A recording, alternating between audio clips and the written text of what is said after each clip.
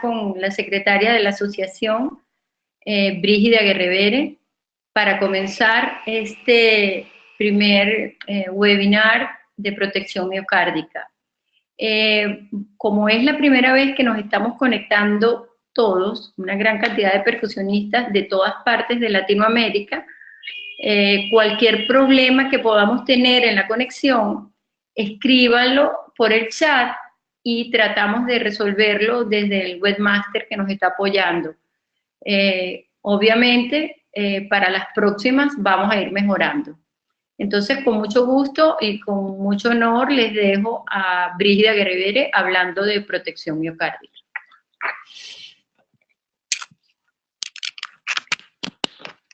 Hola, muy buenas noches.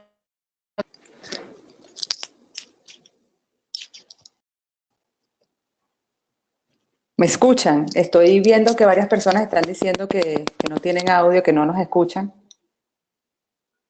¿Sí, sí nos escuchan? Ok. Perfecto. Bueno, muy buenas noches. A continuación vamos a dar inicio al webinar número 1 de ALAP llamado Protección Miocárdica. Voy a retirarme la cámara ahora para que vean la pantalla. Ok. Va a tener una duración aproximada de 45 minutos. ¿Ok? Es importante que todos conozcamos que ALAP va a otorgar un crédito por educación continua para todos los perfusionistas en ejercicio que realicen este webinar. La manera de obtener el crédito es terminar el webinar y contestar un cuestionario que va a salir al final, en la última lámina, que nos va a llevar a un link y finalizar el cuestionario. Una vez finalizado el cuestionario, ALAP lo va a recibir y se le otorgará el crédito. Es importante saber que este cuestionario no tiene nota, es únicamente un cuestionario presencial como constancia de que usted estuvo en el webinar. Tienen abajo el chat para hacer algún tipo de preguntas que se les que vayan surgiendo durante el webinar. No serán contestadas todas porque probablemente sean muchas. Lo que vamos a hacer es escoger unas 4 preguntas y las demás preguntas que se generen, ustedes las pueden enviar a secretaria ALAP, van a encontrar el email en la última lámina y yo se las contesto. Ok, la agenda del día de hoy vamos a hablar acerca del potencial de membrana, vamos a hablar las temperaturas, las vías y la composición de la cardioplegia, vamos a hablar un poco acerca de la curva de disociación de la hemoglobina, los componentes de la cardioplegia, y vamos a explicar 3 tipos de cardioplegia, hay muchas más, pero vamos a explicar en este webinar del nido, minicardioplejia o miniplegia y San Tomás. ¿Cómo se detiene un corazón desde el punto de vista de medicamentos? Hay ciertos medicamentos que detienen un corazón. El potasio, el magnesio, los antiarrítmicos como son la lidocaína, la procaína y la adenosina. La diferencia de estos es que actúan en diferentes potenciales de membrana. Para efectos de la cardioplegia nos vamos a focalizar aquí, en el potencial de membrana en la fase 0, que corresponde a la onda P del electrocardiograma. Es importante que entendamos que estas dos curvas surgen o aparecen simultáneamente.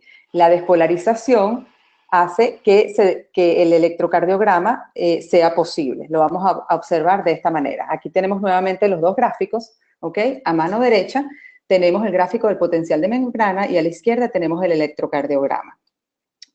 Debemos saber que las células se encuentran polarizadas cuando están en reposo cargadas negativamente. Mientras más negativas, más hiperpolarizadas está. Una célula está hiperpolarizada cuando se encuentra alrededor de menos 90. Cuando hablo de una célula, ¿a qué me refiero? Me refiero a un miocito en este caso. ¿Ok? ¿Qué le da la característica negativa a una célula? Los electrolitos, que están cargados positivos o negativamente y que fluyen a través de la membrana celular. ¿Okay? El potasio es el que lo trata de volver más negativo y el sodio y el calcio es el que trata de volver la membrana más positivo. Las células se encuentran despolarizadas cuando se vuelven más positivas y cuando va a ocurrir la contracción. Observemos aquí, por ejemplo, la adenosina. La adenosina arresta o detiene un corazón en su fase más negativa, alrededor de menos 90. La lidocaína un poco más arriba y el potasio más arriba, casi en menos 60.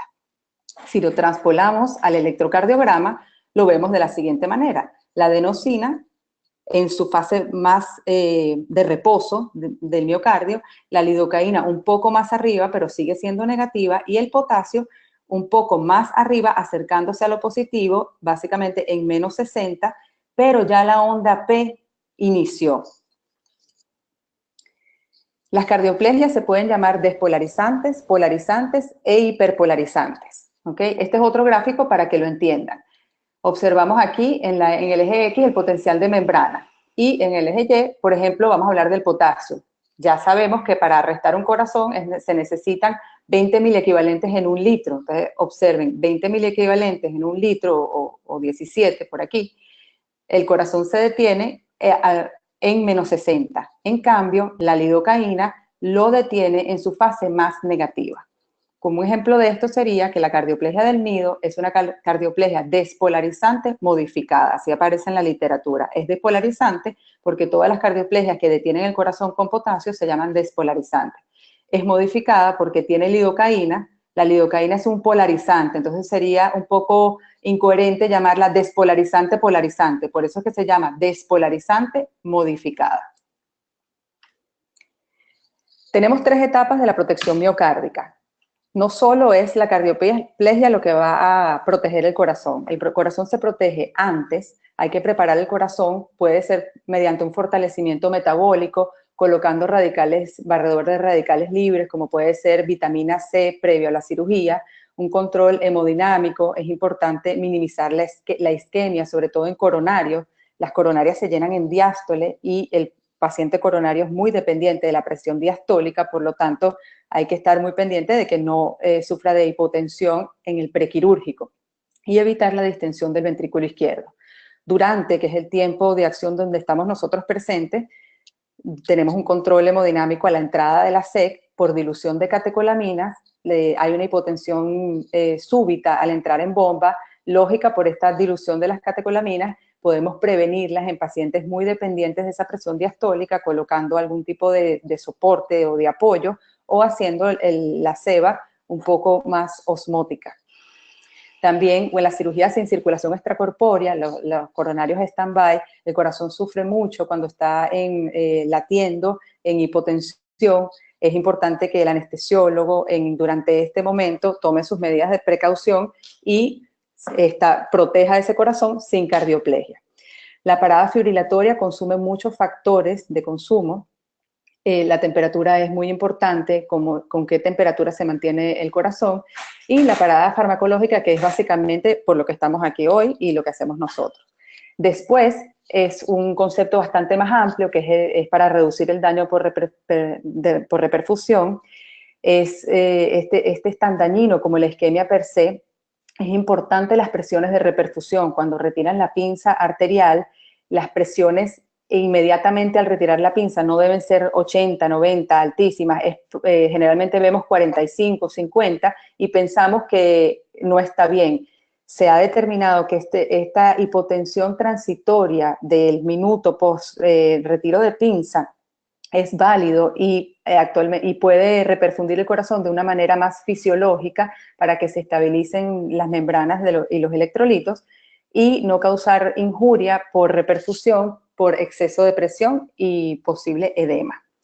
Evitar la distensión del VI es súper importante, descomprimir el corazón. Un corazón que late en vacío consume menos oxígeno que un corazón que late lleno y que empieza a latir y está distendido. Hay que desfibrilar precozmente, ya que la fibrilación consume mucho sustrato, y hay que realizar una correcta extracción de aire intracardíaco. En los años 50, el doctor Bigelow utilizó el frío como anestesia en cirugía cardiovascular, específicamente para lograr una parada cardíaca protegida por el frío y utilizar el frío y la hipotermia como disminución de las demandas metabólicas.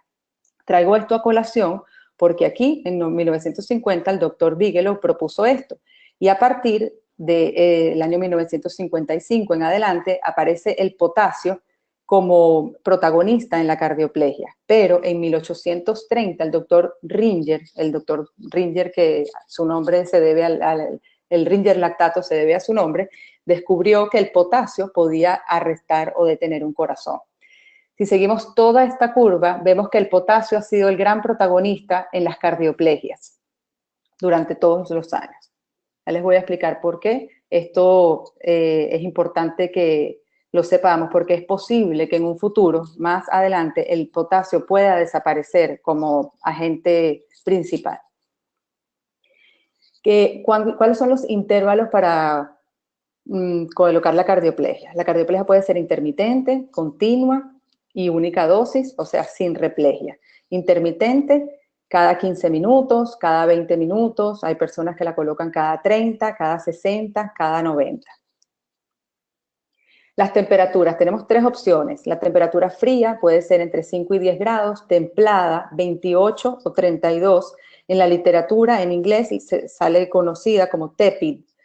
Y normotérmica, que es 37 grados de temperatura. Cuando se habla del término isotérmica, se refiere a la cardioplegia a la misma temperatura que a la que está manejándose el paciente, que no necesariamente isotérmica tiene que significar normotérmica. El paciente puede estar a 33 grados centígrados y la cardioplegia a 33 grados centígrados, llamándose isotérmica. ¿Cuál es la temperatura ideal de la cardioplegia? La temperatura ideal de la cardioplegia actualmente no está determinada, no hay diferencias. La mortalidad es similar entre la fría y la caliente. Hay estudios que no generan diferencia, hay estudios que hablan que la templada es mejor, pero hoy en día no existe una línea específica de cuál de las dos sea la línea a seguir. Hay que tener en cuenta unos aspectos reológicos y biológicos. El riesgo de oclusión capilar se eleva a la 3 al bajar de 37 grados centígrados a 10 grados centígrados. ¿Qué quiere decir esto? Que la viscosidad de la sangre aumenta cuando la temperatura baja.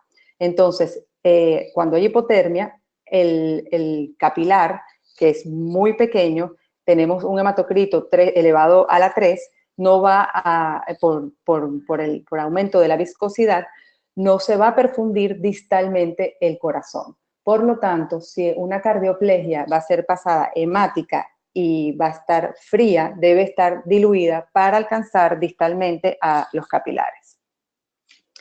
¿Qué debemos saber sobre la curva de disociación de la hemoglobina? Es importante para nosotros como perfusionistas saber, no asustarnos cuando veamos esta curva de disociación y pensamos que no la entendemos. La curva de disociación de la hemoglobina es una curva en forma de S que mide, en los ejes tiene la saturación de oxígeno y la PO2 en el eje de abajo. ¿Okay? Cuando hablan de desviada a la izquierda es que está hacia arriba y cuando hablan de desviada a la derecha es que viene hacia abajo. ¿Okay? ¿Cómo se desvía una curva de disociación hacia la derecha? Cuando el pH está bajo, cuando hay aumento de temperatura. ¿Y qué sucede en este caso? Que el oxígeno se libera de manera más rápida, pierde afinidad por la hemoglobina. La hemoglobina pierde afinidad por el oxígeno y entonces suelta o libera el oxígeno. Esto es un mecanismo de defensa del cuerpo, el cuerpo está, por ejemplo, en emergencia, hay alta temperatura, se necesita más oxígeno y por eso libera el oxígeno. Al lado izquierdo, por ejemplo, cuando estamos en frío, no se necesita tanto oxígeno, por lo tanto hay mayor afinidad, está más junta la hemoglobina y el oxígeno.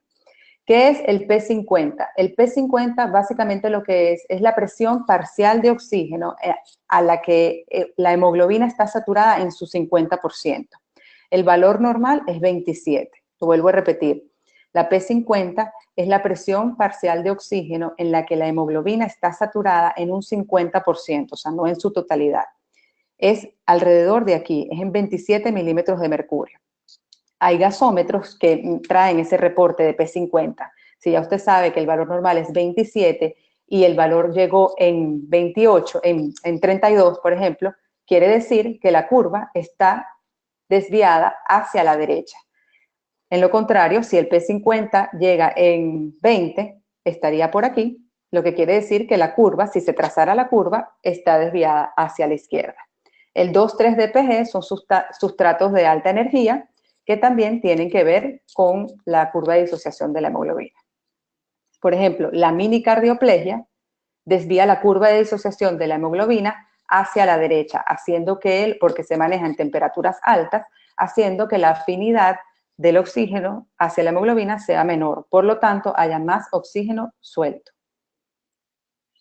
Realidades de la cardioplegia fría. La cardioplegia fría disminuye el metabolismo miocárdico y el consumo de oxígeno. Cada vez que veamos VO2 con un punto sobre la B, tenemos que saber que eso es consumo de oxígeno. Hay una fórmula para obtenerlo, no la vamos a explicar en este momento, pero es importante saber que eso significa consumo. La cardioplegia fría lo disminuye. Desvía la curva hacia la izquierda de disociación de la hemoglobina, como lo acabamos de explicar. No se necesita tanto oxígeno libre porque están disminuidas las demandas metabólicas, por eso está desviada a la izquierda.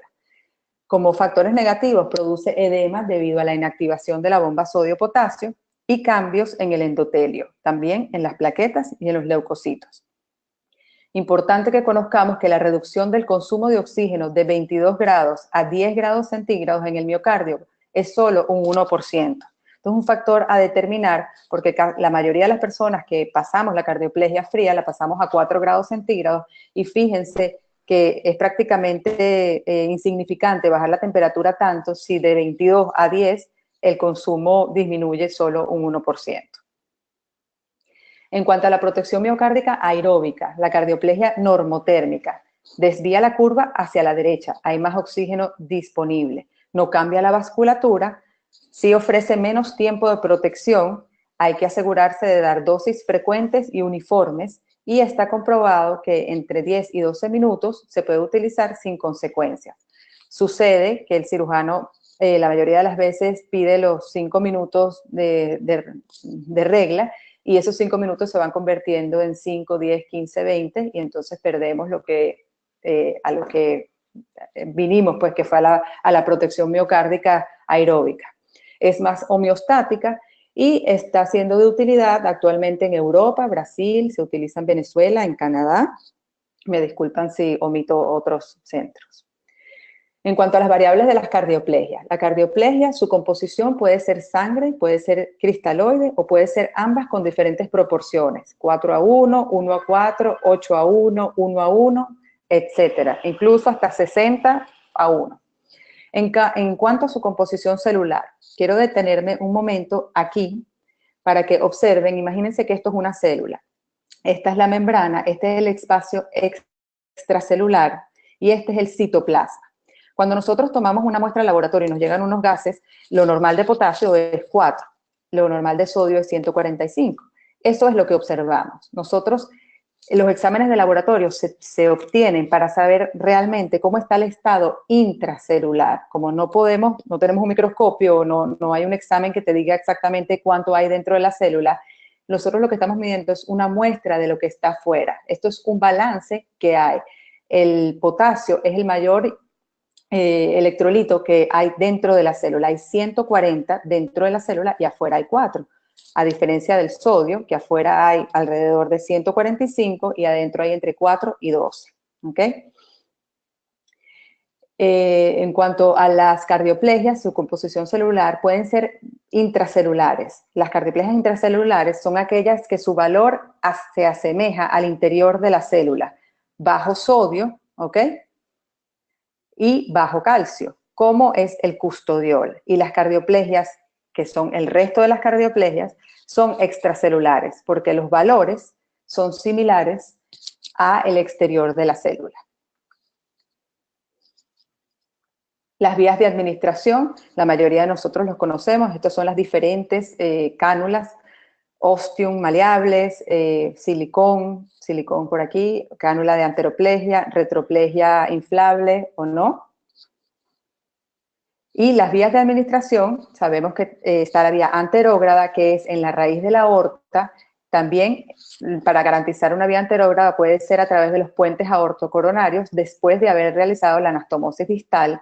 Su desventaja es cuando tenemos insuficiencia aórtica, que el corazón no va a poder ser detenido óptimamente, cuando tenemos una válvula aórtica incompetente o cuando hay enfermedad coronaria severa. En cuanto a la retrógrada, es colocada en el seno coronario, sirve también para deairear los puentes de manera retrógrada, y es muy importante tener en cuenta el manejo de la presión de la retrógrada, que no pase de 40 milímetros de mercurio, porque una ruptura de seno coronario es prácticamente imposible de reparar, es muy difícil. Su desventaja principal es que no protege el septum y el ventrículo derecho. En cuanto a las presiones, importantísimo, las coronarias se llenan en diástole. Cuando uno como perfusionista entra a un quirófano, debemos monitorizar la presión diastólica del paciente y sumarle 30 milímetros de mercurio. Esa es nuestra presión de cardioplegia que vamos a darle al paciente. El valor normal para darle anterógrada sería entre 70 y 100, pero como tratamos de dar perfusiones individualizadas, esta sería una buena práctica.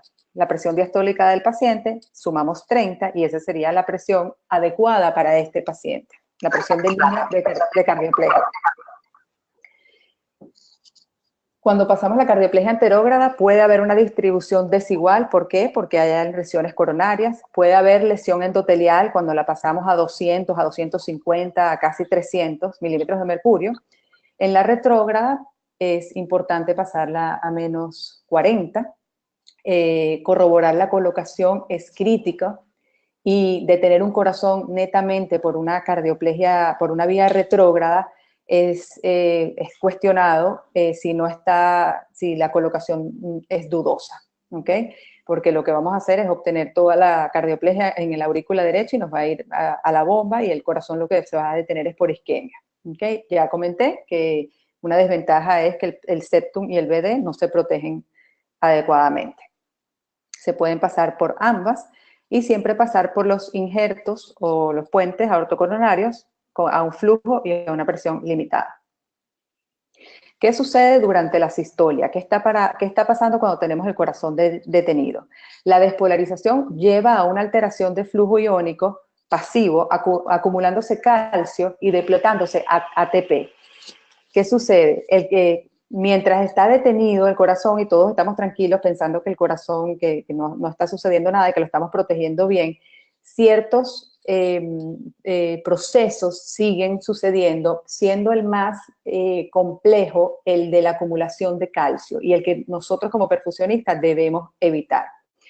La lidocaína, que últimamente se está utilizando mucho en las cardioplegias, promueve un campo visual sin actividad, pero ciertos procesos dependientes de energía en el sarcolema y en el retículo endoplasmático siguen activos. ¿Qué es el sarcolema? El sarcolema es el citoplasma de la célula cardíaca, y el retículo sarcoplásmico es el retículo endoplasmático, una organela de la célula cardíaca. Lo explicaré más adelante. ¿Cuál es la desventaja del potasio y de la despolarización? Crea un desbalance iónico masivo porque es una sobredosis de potasio, y fíjense que en el extracelular teníamos 4, ahora nosotros vamos a triplicar esa cantidad y llegar a un nuevo balance. Cuando quitan la pinza no es fácil que la célula vuelva a estabilizarse. El potasio produce vasoconstricción coronaria, ni hablar de la abrasión que produce en el vaso. Para los que son enfermeros, sabemos que es muy raro que pasemos o que administremos una corrección de potasio por una vía periférica, por la abrasión que esto produce. Imagínense, nosotros lo estamos poniendo por las coronarias desde 1950. Entonces, es también importante saber que hay diferencias de sensibilidad en el sistema de conducción eléctrico al potasio, siendo el nodo AB más resistente. Es por eso que el nodo sinusal se detiene rápidamente con potasio, ¿ok? Y se ve en el electrocardiograma que se detiene y que pasa inmediatamente a un ritmo nodal.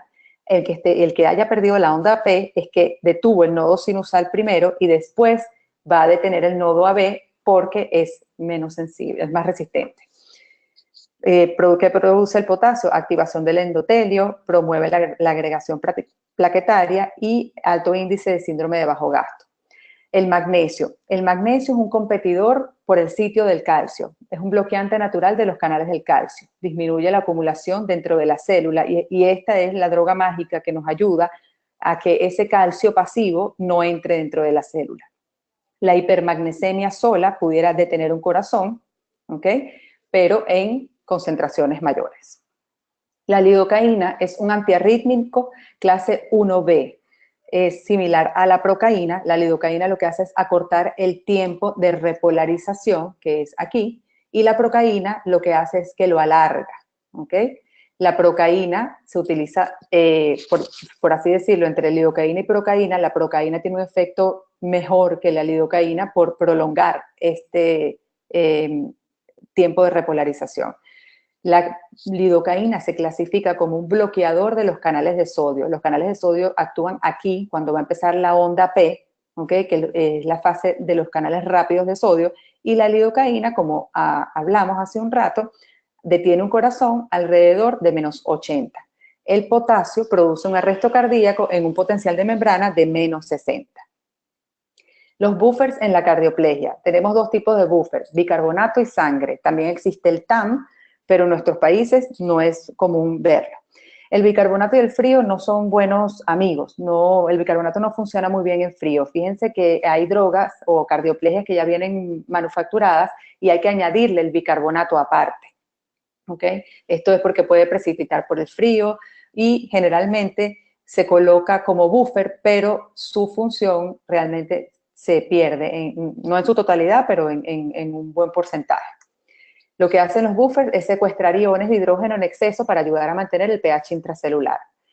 Ahora voy a la sangre. Las células rojas de la sangre contienen una alta concentración de una enzima llamada anidrasa carbónica que facilita el barrido de iones de hidrógeno con bicarbonato para generar dióxido de carbono y agua. Esta propiedad de las células rojas de la sangre puede ser, de hecho, su papel más importante en la cardioplegia. Entonces, lo que siempre hemos pensado que la cardioplegia sanguínea es para proporcionar oxígeno, ya sabemos que si la estamos pasando en frío, la curva de disociación de la hemoglobina está hacia la izquierda, no se necesita tanto oxígeno y el oxígeno está pegado o adherido a la hemoglobina. Y nosotros pensamos que el añadir la sangre es para justamente crear un ambiente con más oxígeno, pues la realidad es que básicamente lo que está haciendo es la anidrasa carbónica servirnos de buffer, más que de oxigenador. El manitol es una solución hiperosmótica, 1319 miliosmoles, la osmolaridad del plasma es 280 hasta 308 miliosmoles, esto es hiperosmolar porque es mucho más que la del plasma, es un barredor de los radicales libres y es un reductor del edema miocárdico. Básicamente se utiliza como barredor de radicales libres. En inglés, en la literatura, se conoce como Free Radical Scavengers, que es el posacondicionamiento. El posacondicionamiento es lo que hablamos de proteger el corazón una vez retirado el clampeamiento aórtico. Se está utilizando colocar manitol como droga en el momento de retirar la pinza, 0.5 gramos por kilogramos, para que vaya directo a las arterias coronarias y sea un barredor de los radicales libres creados en este momento de isquemia. Esto está validado en la población pediátrica en varios estudios. Consideraciones especiales durante la administración de cardioplegia. ¿Qué tenemos que tener presente? La vena cava izquierda persistente. La vena cava izquierda persistente es una variante que no es anormal, es atípico encontrarla, ¿ok? Tenemos nuestra vena cava superior y nuestra vena cava inferior. Aquí observamos que esta es una vena cava izquierda, esta es una vena cava izquierda y esta es una vena cava izquierda. Generalmente drenan al seno coronario. ¿Cómo sospechar de una vena cava izquierda persistente? Desde que se abre el esternón se puede sospechar, incluso si no hay eco transesofágico, si el paciente no tiene vena innominada. Una de las principales estructuras, aparte del timo que se observa cuando se coloca el separador de Finocheto, es la vena innominada. Asómense cuando puedan, identifíquenla. Y si no hay vena innominada, se sospecha que hay una vena cava izquierda persistente. Pero ¿cuál es el problema con la vena cava izquierda persistente? Aparte de que probablemente haya que tener que canularla si hay que hacer canulación bicaval o procedimientos de corazón dentro del corazón, es que la vena cava drena en el seno coronario. Generalmente tendremos un seno coronario dilatado. Si tenemos la retroplegia dentro del seno coronario, la cardioplegia va a ir a las venas cavas, porque esa vena cava izquierda persistente drena en la cava superior y nos puede calentar al corazón constantemente. También puede hacer una distensión de la aurícula derecha.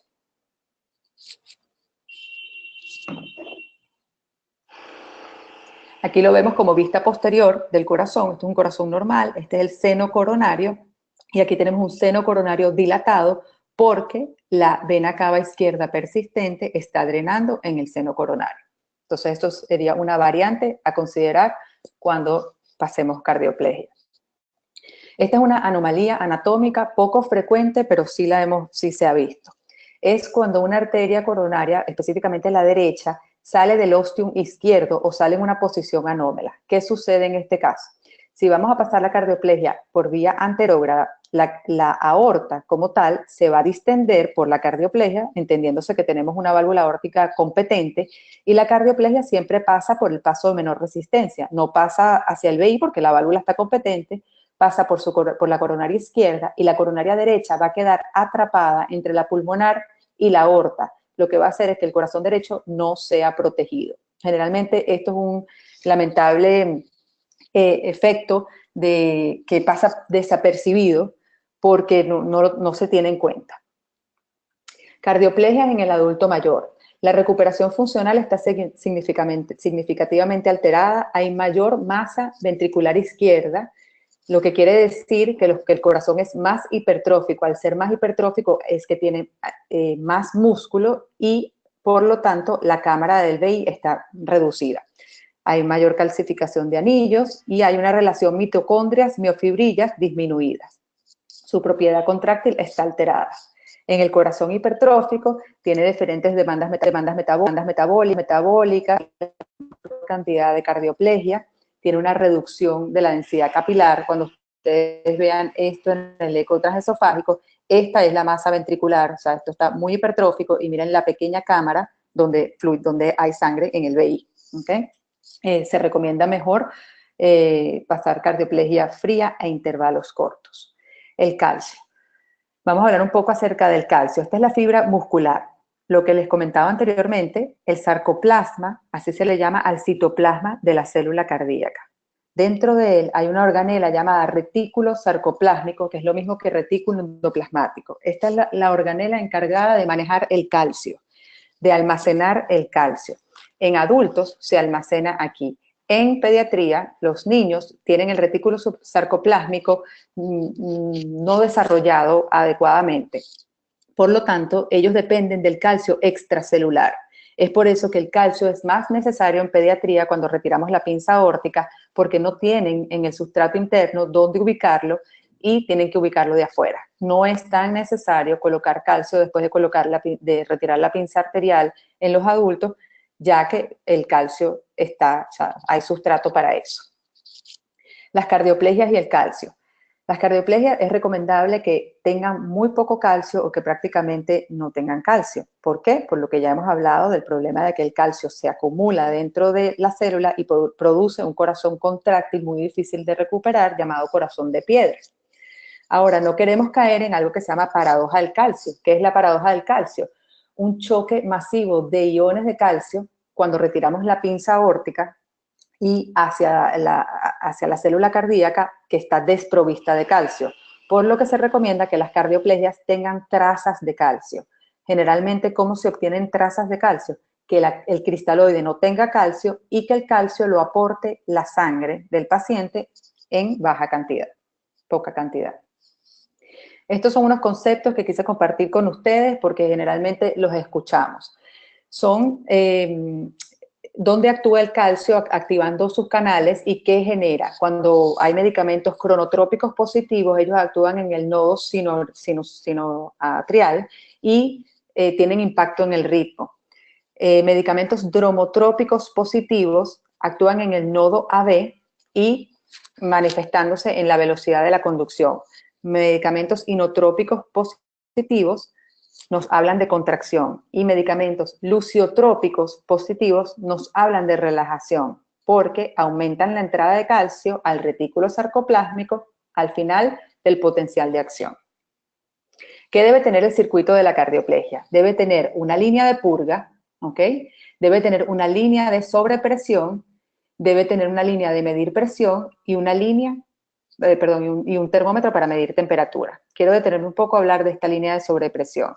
En todos los sets de cardioplegia, ustedes deben exigir o a su distribuidor que les coloque esta línea de sobrepresión. Muchas veces la desechamos, no entendemos para qué sirve, vemos que no fluye el líquido por aquí, y esta línea lo que tiene es una válvula de escape de más 300 milímetros de mercurio, que emite un pitido, un sonido, cuando se presuriza el sistema, por ejemplo, que tengan cerrado arriba el sistema de envío de la cardioplegia, esto va a emitir un pitido. Si no tenemos un puerto para medir presión, este sonido audible nos puede indicar, o sea, esto es una alarma de sobrepresión y nos va a indicar que hay algo que está cerrado. La oclusividad. ¿Cómo debemos hacer la oclusividad? Se recomienda siempre cebar el circuito de circulación extracorpórea con CO2. Para hacer la oclusividad debemos ocluir todo el rodillo de la cardioplegia, 100%. Colocar una pinza en la línea que va hacia la mesa, ¿ok? Y ya una vez cebada la arteriovenosa y el oxigenador, cebe las espigas de esta manera, así, aquí hacia el reservorio, por supuesto de manera estéril. Ellas van a fluir, como no está ocluido el rodillo, no va a pasar hacia ningún otro lugar, sino directamente a las espigas, ¿ok? Para hacer la oclusión de la cardioplegia lo vamos a hacer de la siguiente manera. Van a abrir lentamente el rodillo que estaba ocluido 100%, tienen que tener abierta la línea de purga para que pueda fluir, ¿ok? Y van a empezar a cerrar hasta que prácticamente no se mueva, aquí, hasta que prácticamente no se mueva. Esa es una oclusión que queda realizada de manera óptima. Si son 2 rodillos, hacerlo en 2 rodillos, si es un solo rodillo, hacerlo en uno solo. Vamos a hablar acerca de estos 3 tipos de cardioplegia, la del nido, minicardioplejia y San Tomás. La cardioplegia del nido fue creada en 1990 en la Universidad de Pittsburgh, tenía una patente que fue perdida, la patente, y se utiliza en los siguientes lugares, entre ellos en Latinoamérica, en República Dominicana, en Venezuela se usó hace unos días, en México también, y no es solo una cosa de niños, apareció en el escenario pediátrico, pero se está utilizando en adultos. Es una solución cristaloide balanceada, potasio alto para arresto despolarizado rápido, tiene lidocaína como bloqueador de los canales de sodio, magnesio como estabilizador de la membrana, su proporción es 1:4, tiene bajo calcio, tiene bicarbonato como amortiguador y manitol como radicales libres. Hay muchas evidencias que nos hablan de que es costo efectiva, menos hiperglicemia, una sola dosis, menos fibrilaciones y efectividad comprobada en adultos.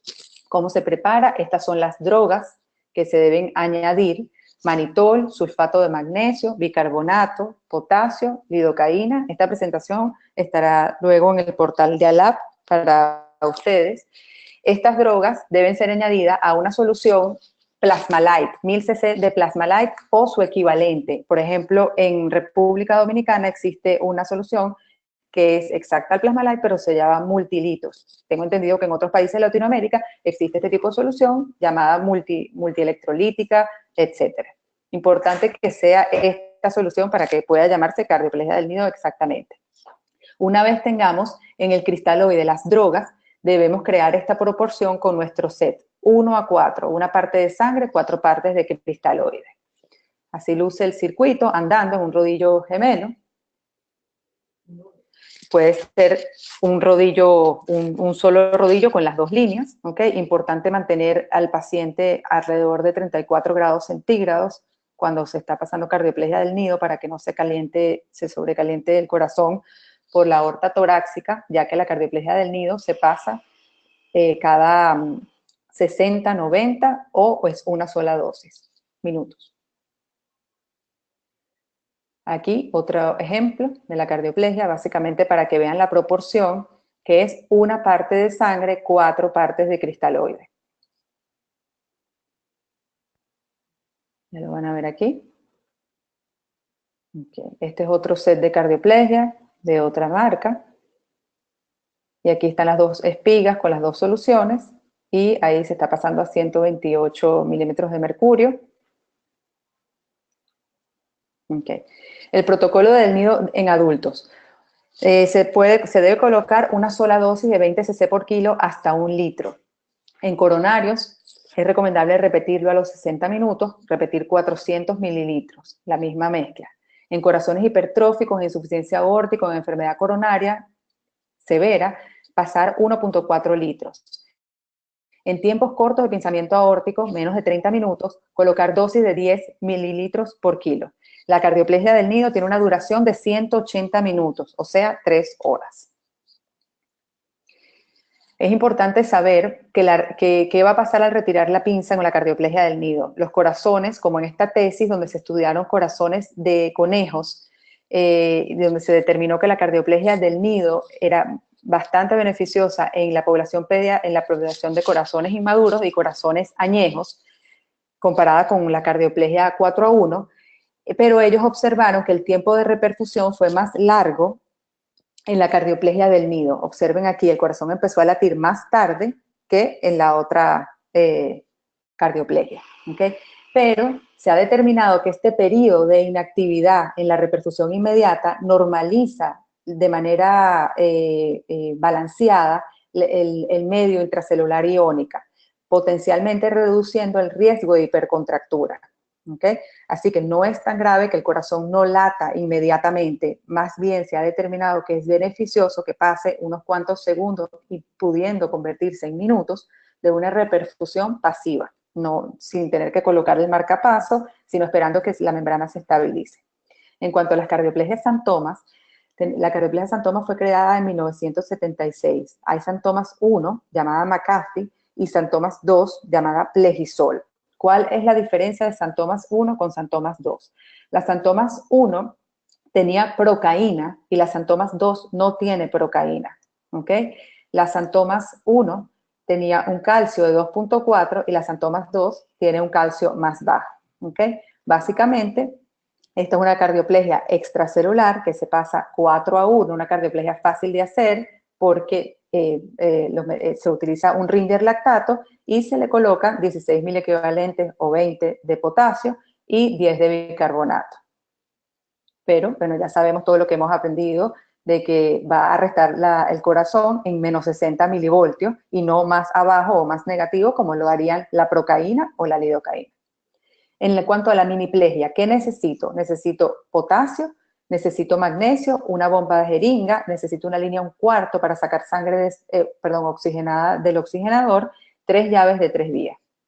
Así luciría el set.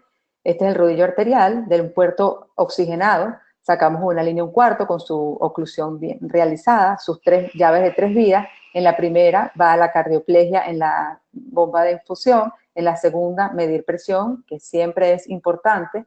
Y en la tercera iría a la línea de la mesa. Dosis y velocidad.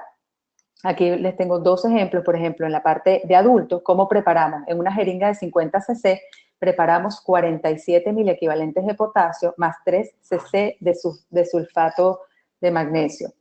En niños prepararíamos en una jeringa de 23 cc, colocamos 20 mil equivalentes de potasio y 3 cc o 12 mil equivalentes de magnesio. Sacamos esta constante que está aquí, básicamente lo que nos dice es cuánto potasio hay en un cc. Salió por una regla de 3. Para colocar la velocidad de infusión, ya tenemos nuestra jeringa, ¿qué velocidad de infusión vamos a colocar? Sabemos que la primera dosis va a ser 20 cc por kilo y para detener un corazón se necesitan 20 mil equivalentes en 1000 cc. Por lo tanto, haremos esta fórmula que la variante va a ser en cuántos minutos queremos pasarla. Aquí tenemos va a ser kilo por 20 entre 1000, entre la constante en este caso de adultos, entre los minutos, por 60 para obtener los cc por hora y aquí nos dará los cc por hora. Aquí hay un ejemplo. Un peso de 60 kilogramos, 60 kilos por 20 miliequivalentes que queremos, por 20 cc por kilo, perdón, por 20 cc por kilo que le queremos dar de dosis, por los 20 miliequivalentes que son necesarios entre los 1000 cc, esta es la concentración del potasio, entre la constante de la jeringa que tenemos montada, entre 4 minutos por 60 nos va a dar 382 cc por hora. Entonces colocamos 382 cc por hora y pasamos la cardioplegia 4 minutos simultáneos con la bomba de jeringa. Importante mencionar que este sistema se llama Quest, aparece mucho en los Estados Unidos y es para hacer microplegia de manera continua o intermitente, ya más específico. El hot shot, importante saber que el hot shot generalmente es sin potasio, se debe retirar la parte del potasio y se debe pasar entre 35 y 37 grados centígrados, sin potasio y sin demás drogas. ¿Qué falta en protección miocárdica? El 90% del consumo energético nos los da la actividad electromecánica, que ya la detenemos cuando paramos el corazón. El 10% es este gasto energético y metabolismo pasivo del que les estaba hablando. Esto falta investigarlo en perfusión. A esto es lo que va el futuro para poder lograr este 100%. Hay unas nuevas técnicas de protección miocárdicas sin potasio que están actualmente en estudio con adenosina, lidocaína y magnesio. Hay varios estudios con resultados positivos. Ya casi para finalizar, el post-acondicionamiento. Actualmente se está trabajando mucho con barredores de radicales libres para infundirlos antes de retirar la pinza, pero directamente en las coronarias. Y quería compartir con ustedes qué significa el 0,5 o medio flujo para quitarla cuando se retira la pinza aórtica en cuanto a post-acondicionamiento del corazón.